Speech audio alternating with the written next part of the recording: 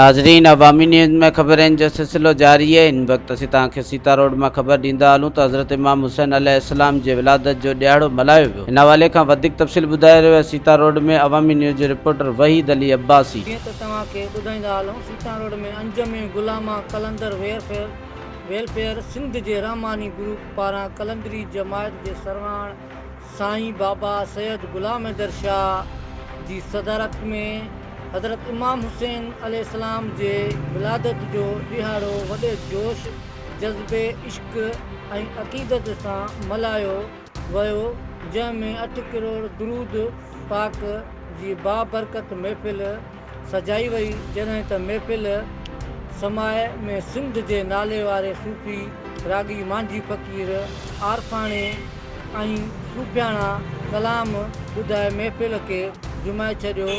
जॾहिं त कंपेयरिंग जा सरंजाम ॾींदड़ मंज़ूर सीताई ऐं मोहबत जा पिंडाल सजाईंदड़ मेज़बान दोस्त शफ़क़त ॿुॻियो, अब्दुल गनी शेख, अब्दुल रहमान ॿुॻियो, मामो रमज़ान सोलंगी ऐं ॿिया मौजूद हुआ।